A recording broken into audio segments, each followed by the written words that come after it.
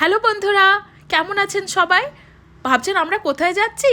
ওই দেখুন, আমাদের সব থেকে ছোট সদস্য যে এখন পড়ে পড়ে ঘুমোচ্ছে, তারই অন্নপ্রাশনের জামা কাপড় কেনার জন্য আমরা সবাই সকাল সকাল বেরিয়ে পড়েছি আজ।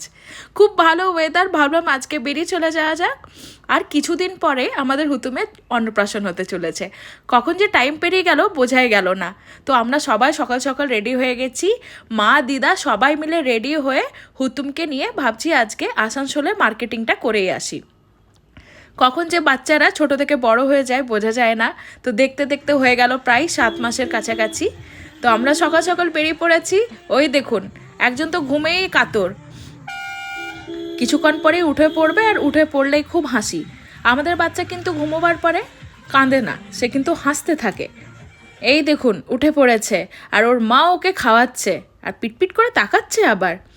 চলুন হুতুমের জন্য কি কি জামা চয়েস করলাম দেখি নেওয়া যাক। খুব সুন্দর সুন্দর ড্রেস রয়েছে, তার সাথে রয়েছে সুন্দর জুতো।